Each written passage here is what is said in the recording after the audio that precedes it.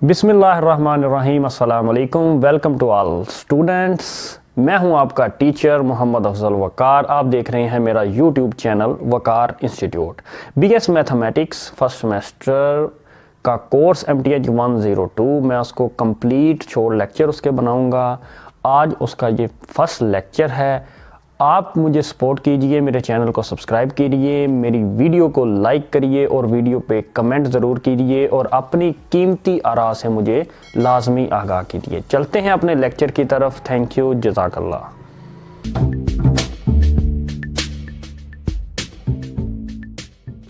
MTH 102 basic algebra and trigonometry, ये आपका course है। ये मैं आपको हैंड आउट्स आपके शो करवा रहा हूँ।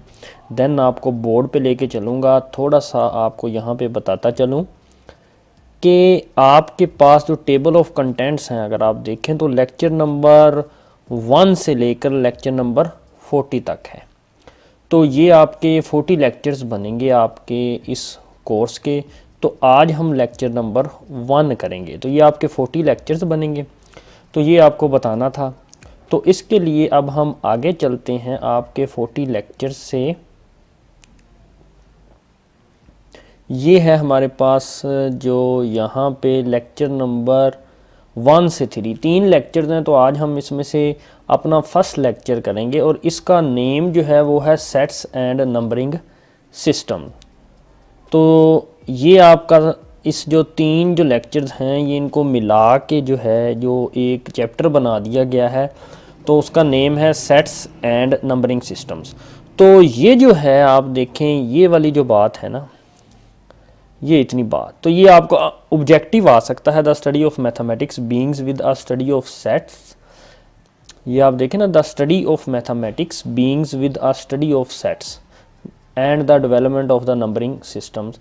तो ये जो आपकी एक लाइन कह लें या सेंटेंस कह लें जो आपका जो है ये, तो ये सेंटेंस में से आपकी ना ऑब्जेक्टिव बन सकती है, आपका क्विज़ बन सकता है। तो जो मैं आपको बात बताने जा रहा हूँ कि हम जो है पहला लेक्चर जो है ना वो हमारा पहला फर्स्ट लेक्चर यहाँ से स्टार्ट हो रहा है।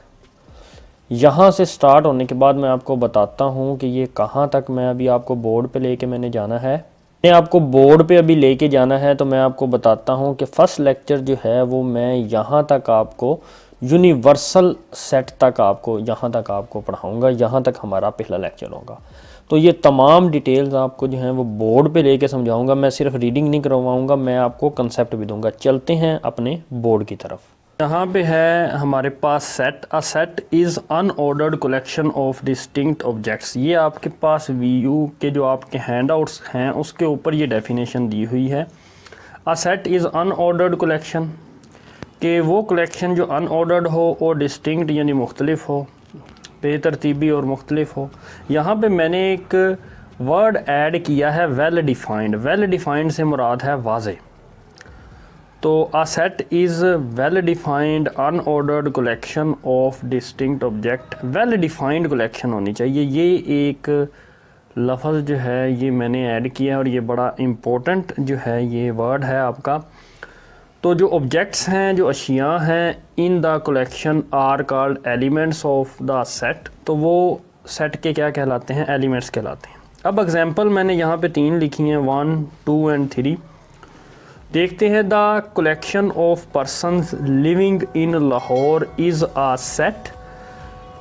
तो जो अशख़ास हैं आपके जो लाहौर में रहते हैं वो क्या है? पूरा उनका एक सेट बना दिया उस कलेक्शन का।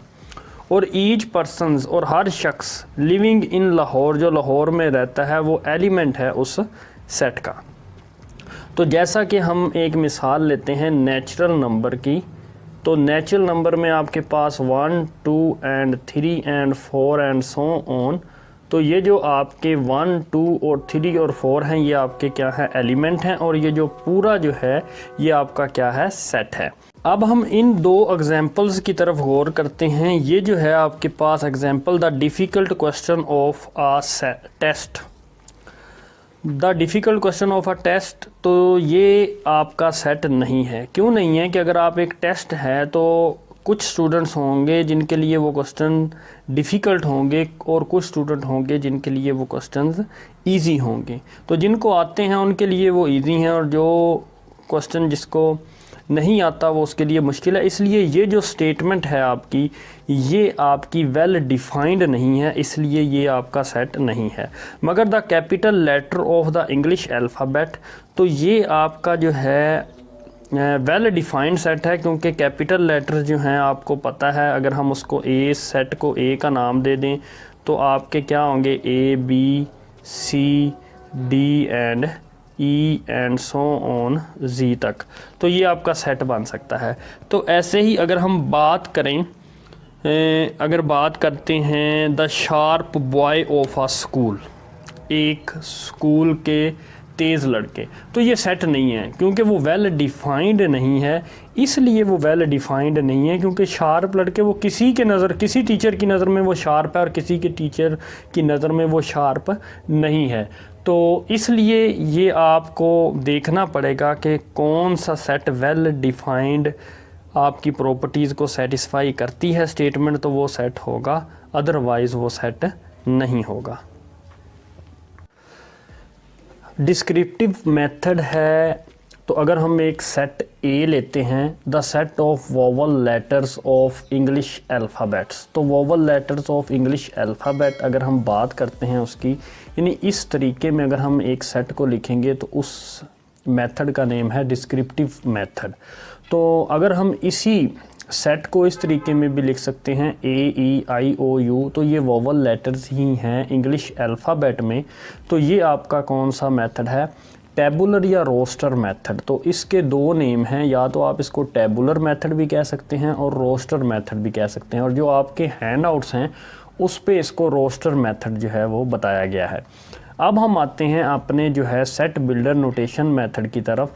तो the set of vowel letters of English alphabets को हम देखते हैं कि हम उसमें लिखते हैं x such that x, Urdu में इसको जब के पढ़ते हैं, लेकिन x such that x belong to the set of vowels letters of English alphabets. तो ये तीन तरीके हैं जिस तरीक़ों से आप सेट को डिस्क्राइब कर सकते हैं, उसको बयान कर सकते हैं। तो ये तीनों जो मेथड हैं वो मैंने आपको एक ही एग्जांपल के साथ आपको समझा दिए कि ये तीनों मेथड इस तरह लिखे जाएंगे। अब इनमें फ़र्क क्या है कि ये आपका इन स्टेटमेंट लिखा जाता है, जबकि बाकी डिस्क्रिप्टिव मेथड स्टेटमेंट में लिखा गया है, लेकिन इसमें जो है करली ब्रेसेस नहीं होती। लेकिन जब आप इधर आते हैं टेबुलर रोस्टर मेथड या सेट बिल्डर नोटेशन मेथड में, तो आप देखते हैं कि इधर दोनों में ब्रेसेस हैं और इसका लिखने का अंदाज़ ये है जो मेथड मैंने आपको बताया, और इसका लिखने का अंदाज़ ये है। तो इसकी जो जर्नल फॉर्म है वो ये होती है कि आप इसको ऐसे लिख दें, वेरिएबल, ये ब्रेसेस लगा के आपकी उधर बताई गई है वेरिएबल, एंड सच डैट आपकी जो है वो डिस्क्रिप्टिव फॉर्म जो है वो आपने यहाँ पे राइट कर देनी है सेट की।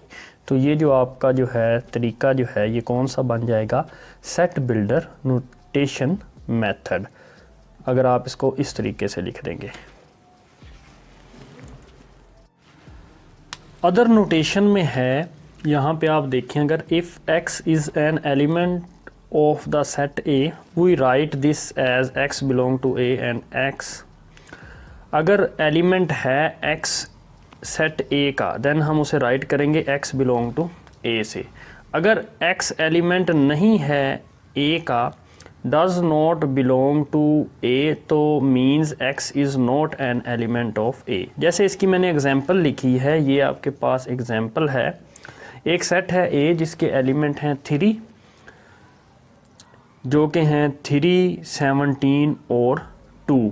3 एलिमेंट हैं जो कि है 3, 17 और 2।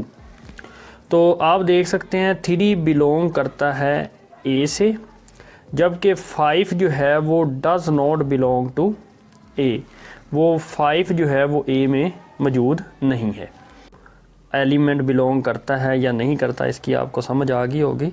तो देन है नेक्स्ट हमारे पास एम्प्टी सेट। एम्प्टी सेट तो सिंपल सी बात है, एम्प्टी सेट जो है वो खाली सेट है, ऐसा सेट जिसका कोई रुकन ना हो वो आपका क्या कहलाता है, एम्प्टी सेट कहलाता है। जबकि हमारे पास जो है ये डेफिनेशन है आपके हैंडआउट्स के ऊपर, the set with no element is called the empty set और the null set and is designated with the symbol.